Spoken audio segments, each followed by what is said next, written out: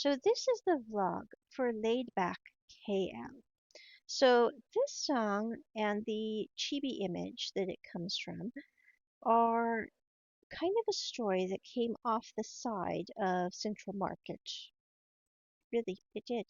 So the thing is when I first got to KL, I had an itinerary. I was like, I'm going to do this, I'm going to do this, I'm going to do this. I had it by day, I had everything lined out.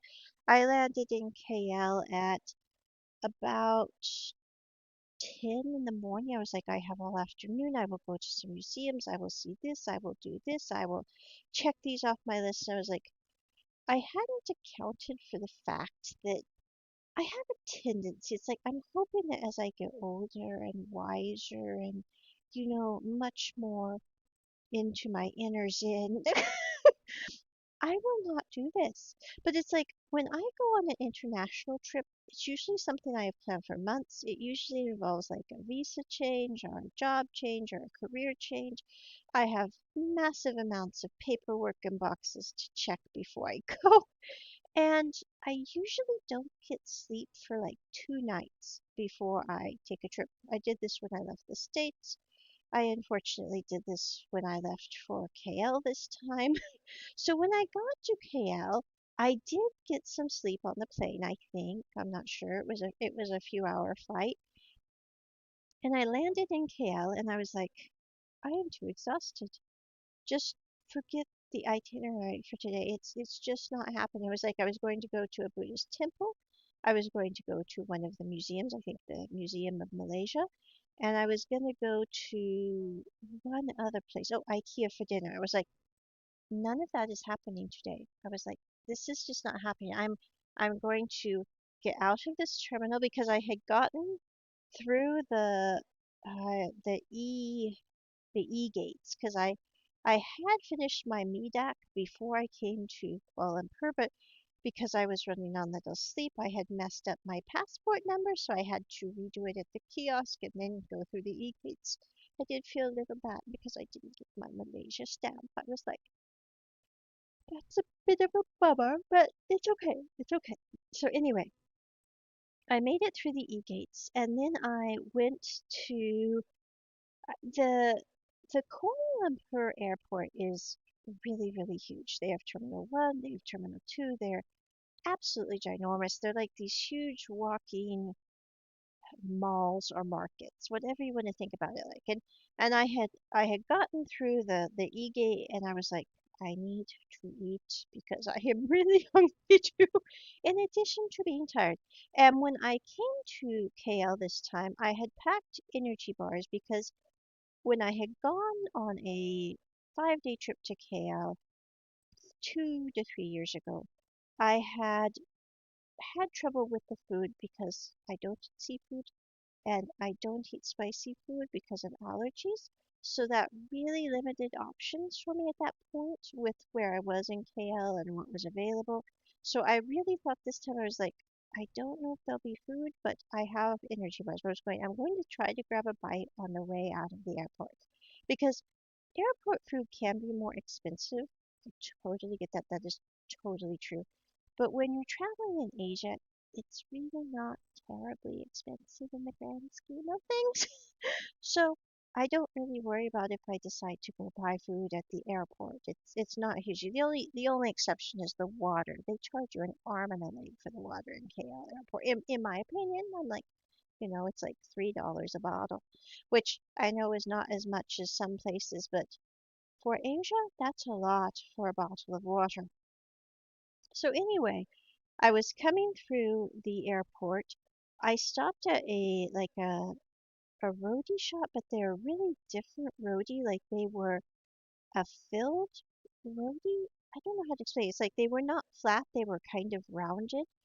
Very, very delicious. A little salty, but they had like a cinnamon flavored one, and then I can't remember what the other flavors, but I got two of those, put them in my bag to take to the hotel because I'm like, if I decide to not leave my hotel room today, that is okay. I will have these roti thingies because they did not have pork or seafood or spicy stuff in them.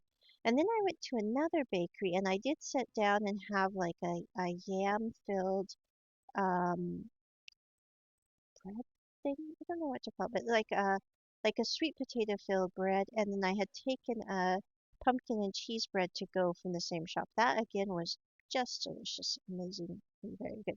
I will say the pumpkin cheese filled one was better than the yam one, but still both good. And then as I was coming out of the airport, I saw FamilyMart. And I was like, okay, forget everything else. I'm stopping here. Because FamilyMart, I came across them in Taiwan. FamilyMart is amazing. The food is usually quite healthy. It is very reasonable, very clean, very hygienic. I have visited like 7-Elevens in Asia as well, but the food quality in 7-Eleven, in my personal opinion, is not the same as the food quality in Family Mart. They just have a better food options at the Family Mart, whether you're talking about in Taiwan or whether you're talking about in Malaysia. And then they also have like really nice meals you can buy at the Family Mart and wonderful sofuto ice cream. So I got some ice cream. I got a chicken sandwich, one of many, because I bought a lot of chicken sandwiches when I was in KL. I was like, that food I know I can eat. I'm going to eat it. But apparently the chicken sandwiches have a lot of salt because I got very poofy in my face from the chicken sandwich. But anyway, it's okay. So I left from the Family Mart.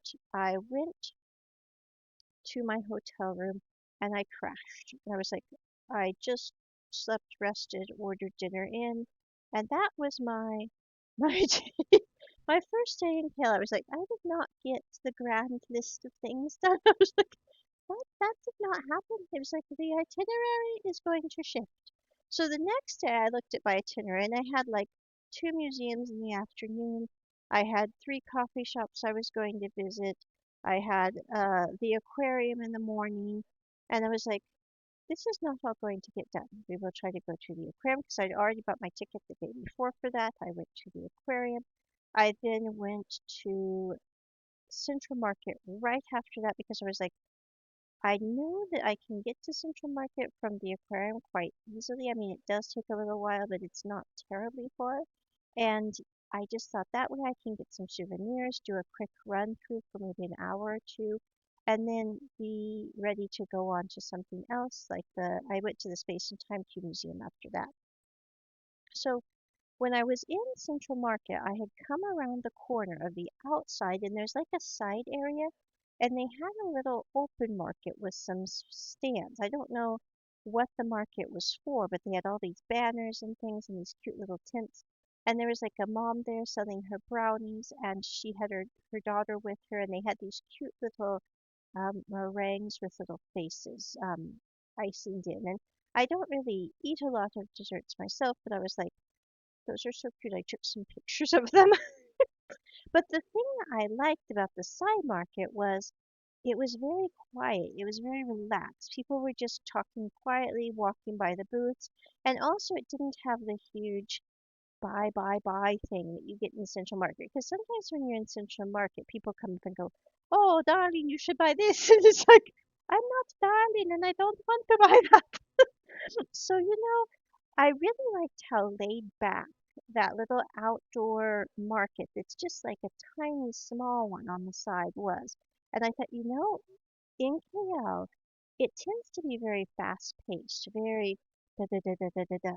And I think it's kind of interesting that when you get to the side of that central market, it's like everything's chill, everything's calm. No one's like trying to get you to buy stuff. I mean, of course, they'd like it if you bought the brownies and the meringue with icing faces, of course. But it's like they're not being pushy about things. And no offense to the sellers who are pushy, but it's like that's something that Lana really doesn't like. So it's like this was laid back KL, and it was just really relaxed, very chill. And I thought this song is kind of to encapsulate the laid back attitude and feeling of that moment in the journey.